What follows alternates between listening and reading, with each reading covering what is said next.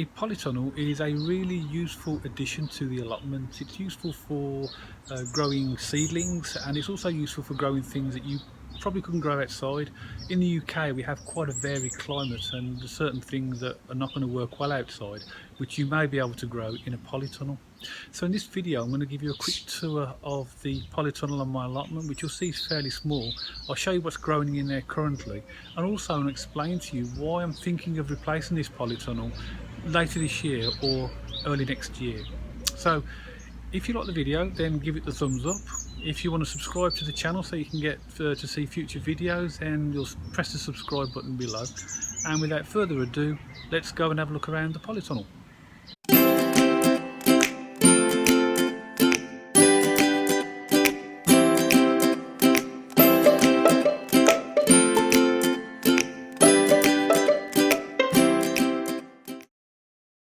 That's my polytunnel there at the far corner of my allotment. You can see it's a fairly small polytunnel. I've had it for about 4 or 5 years now. It's one of those quick and easy, put up a frame and then put a cover over it things. And I've used it for starting seeds and just growing a few things in there, because as you'll see in a minute when we go inside, there's not an awful lot of space. But what I've decided to do later this year or early next year, I'm going to replace it with a new polytunnel. I want something slightly bigger, maybe a little bit wider and a little bit longer. Just gives me the option then to grow more things, peppers, melons and other things that I haven't currently had the space to grow in there. So this polytunnel here, as you see, will be taken out, and then I'm probably going to use a timber frame with the right type of polythene over the top. I haven't actually finalised the design yet, but that's what I want to do. So let's just have a quick look at what's in there. As I was saying, if you're starting an allotment, this is an ideal polytunnel for you. It cost me, I think it was about £69 or £79. That's for the frame and the cover.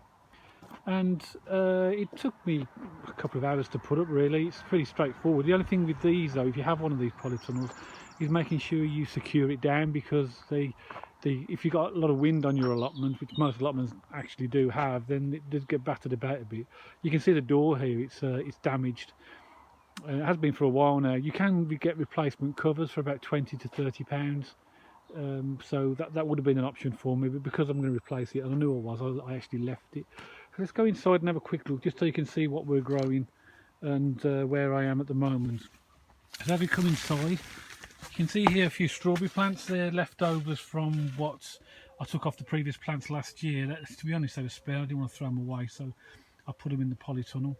I can transplant them, dig them up if I want to, but they'll be all right there this year. And just behind that is a blueberry bush. On the shelves behind are what I've been working on today. I've been doing a bit of potting on, which is basically putting the plants, and they get to a certain size, into larger pots. And then after, I would say, maybe 3 to 4 weeks, maybe a month, these will be ready to plant outside. So starting at the top, you have Butternut Squash. There's the one blackberry plant there, which was given to me by one of my fellow allotmenteers here at the allotment, so thank you for that. So they're doing okay. They were really yellow, the leaves on there, and there are still some yellow leaves, but they're coming back now since I've put them in these.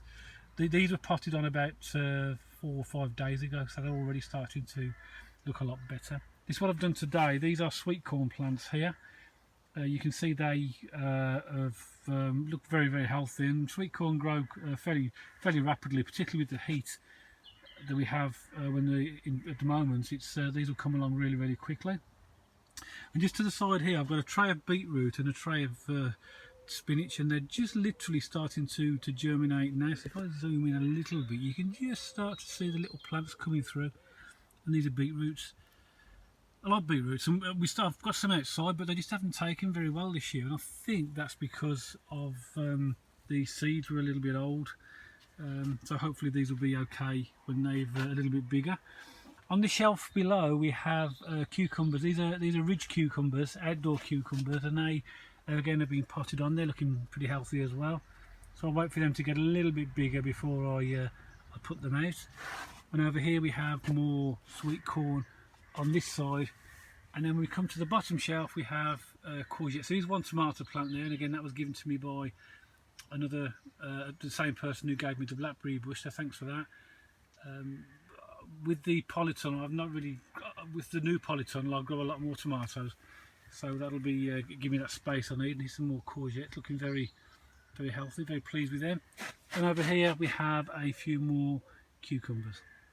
So that's the polytunnel. I'm just showing you around the space I've got. I've got a bit of space here which I'm going to put the tomato in there, maybe one or two other things. So that's the end of the video. I just thought it'd be good to give you an update on the polytunnel. If you got any questions or comments about the polytunnel or anything I've said, or if you've got any suggestions about what you'd like to see on future videos, then please feel free to give me a comment below. And of course, if you'd like to give the video the thumbs up and subscribe, that would really be appreciated. So hope you've enjoyed the video, and I'll see you on the next one.